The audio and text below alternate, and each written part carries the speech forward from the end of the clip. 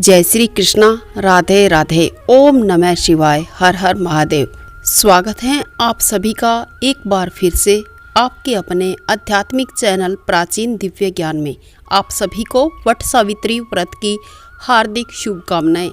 वट सावित्री व्रत को सनातन धर्म में महत्वपूर्ण व्रतों में से एक गिना जाता है। अखंड सौभाग्य और सुखी दाम्पत्य जीवन की कामना से इस व्रत को करती है। विवाहित महिलाएं वट वृक्ष यानी बरगद के पेड़ की पूजा करती है। बहुत सारी जगह पर इस दिन महिलाएं पूरे दिन निर्जल उपवास रखती है।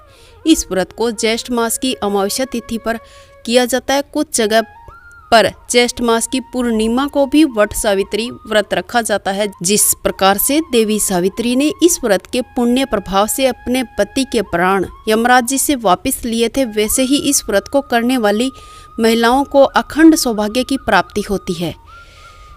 जानेंगे इस व्रत का शुभ मुहूर्त, पूजन सामग्री और कब रखा जाएगा ये व्रत, इन सब के बारे में।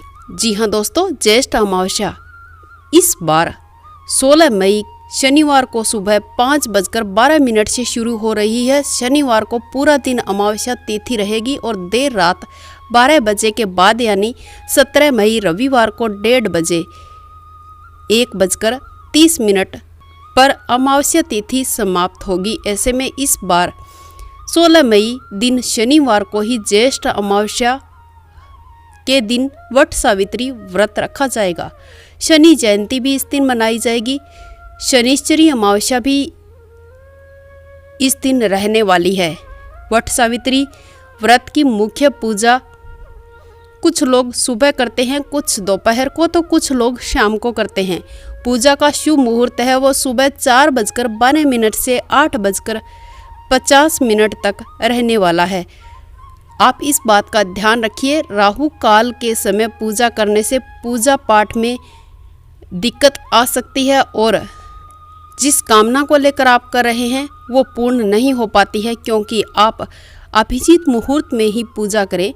राहु काल के दौरान पूजा करने से आप बचें।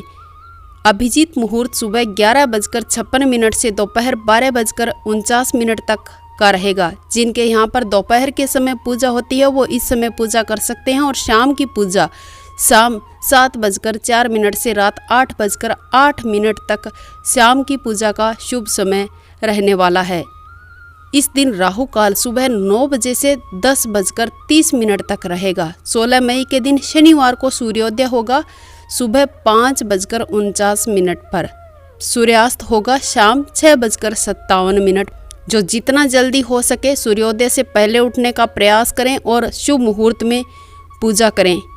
उठकर स्नान आदि करें, स्वच्छ वस्त्र धारण करें, पुष्प अक्षत लेकर व्रत का संकल्प लें। इस व्रत को निर्जल निराहार रहकर ही रखा जाता है, लेकिन कोई इस व्रत को ऐसे नहीं कर सकता है। कोई परेशानी के कारण या स्वास्थ्य खराब है, किसी भी प्रकार की दिक्कत या अड़चन आ रही है, तो इस व्रत में आप फलाहार कर सकते हैं। जल के साथ भी इस व्रत को आप ग्रहण कर सकते हैं। ऐसे में आप परिवार के किसी बुजुर्ग या जो अनुभवी महिला है उससे सलाह लेकर इस व्रत को कर सकते हैं। यदि आपके पास नहीं है तो किसी आस पड़ोस में किसी से भी सलाह ले सकते हैं जो पहले से इस व्रत को करते आ रहे हैं। ज़्यादा परेशान होने की आपको ज़रूरत नहीं है। 16 मई को प्रातःकाल 10:26 तक सौभाग्य योग रहेगा। इसके बाद शोभन योग प्रारंभ हो जाएगा। ये दोनों ही योग पूजा के लिए अत्यंत शुभ और फलदायी माने गए हैं। इन दोनों योगों में पूजा आप कर सकते हैं। वट सावित्री की पूजा पुण्य और फलदायी रहेगी अगर आप इन योग के दौरान पूजा करते हैं तो। इस दिन की पूजा में कुछ सामग्री होना बहुत आवश्यक है। बिना पूजा सामग्री के पूजा अधूरी मानी जाती है। पूजा की संपूर्ण पूजन सामग्री के बारे में आपको बता देते हैं।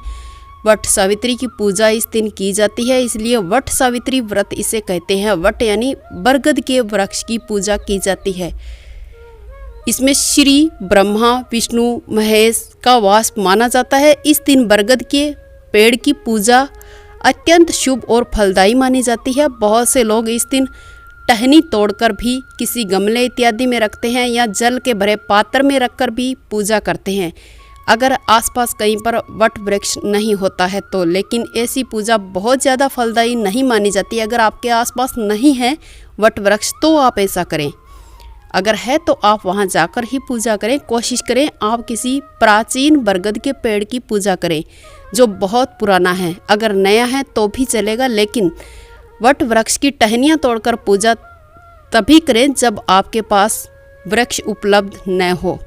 अगर बिल्कुल भी संभव ना हो तो पूजा करना, तो ऐसे में आप तुलसी के पेड़ की पूजा, पौधे की पूजा कर सकते हैं। तुलसी के पौधे में आप बरगद के वृक्ष का ध्यान करते हुए पूजन कर सकते हैं। आसपास किसी जगह पर आपको वट वृक्ष मिल ही जाएगा, अगर नहीं है तो आप तुलसी पूजा कर सकते हैं। आपकी पूजा समाप्त हो जाए उसके बाद किसी भी दिन इस व्रत में सत्यवान और देवी सावित्री की पूजा की जाती है।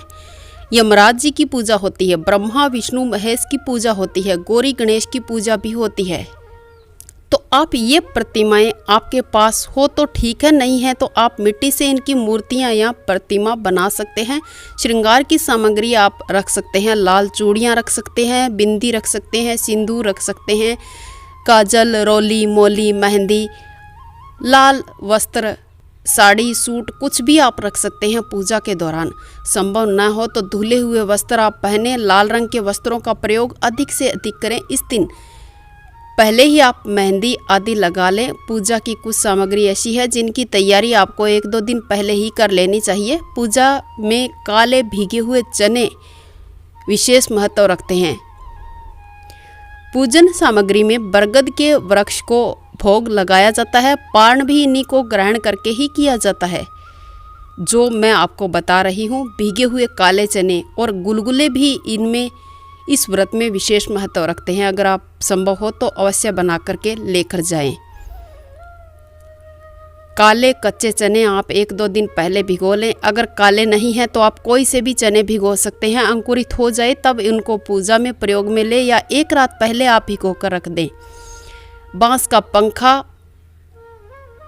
भी आप लेकर जाएं। मौसमी फल इस सीज़न में जो आते हैं, मिलते हैं, आपको उपलब्ध हो रहे हैं, वो ही आप लेकर जाएं। कोई मिठाई आप चढ़ा सकते हैं। और घी का दीपक, रुई की बाती, कपूर, रोली, कुमकुम, अक्षत, पान सुपारी आदि और कच्चा सूत भी आप लेकर जाएं। बरगद के तने में 108 परिक्रमा देते हुए कच्चे सूत के धागे को आप लपेटें। नहीं है तो आप यानी मोली लेकर जाएं। 108 बार लपेटना संभव नहीं है तो आप जितना हो सके बरगद के चारों ओर लपेट दें। 108 परिक्रमा अवश्य लगाएं। हाथ में चने लेकर, जल का भरा कलश लेकर 108 परिक्रमा लगाएं। आज के दिन लोग कलश की स्थापना भी करते हैं। बाकी दिनों में नवरात्रि आदि में की जाती है, लेकिन अगर आप चाहे तो कलश स्थापना भी कर सकते हैं।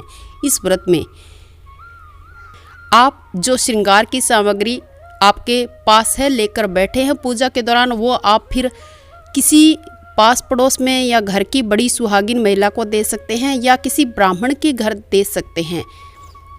इस व्रत कथा की पुस्तक यदि आप चाहे तो बांट सकते हैं।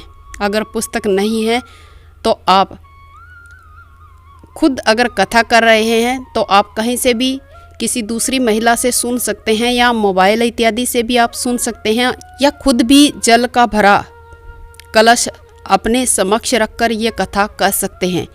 अपने सामर्थ्य के अनुसार, अपनी मान्यताओं के अनुसार जो पूजन सामग्री है वो आप चढ़ाएं इस व्रत में और फिर बांट दें।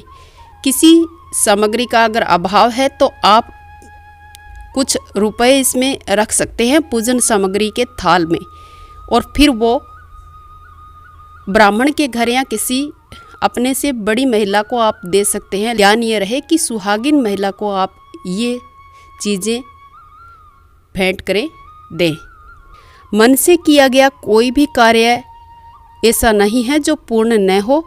इसी उम्मीद और आशा के साथ मैं ये वीडियो एंड करती हूँ कि आपकी भी जो कोई कामना है जिसके लिए आप व्रत कर रहे हैं तो वो आपकी अवश्य पूर्ण हो और आपका सुहाग अमर रहे। जय श्री कृष्णा, राधे राधे, ओम नमः शिवाय, हर हर महादेव।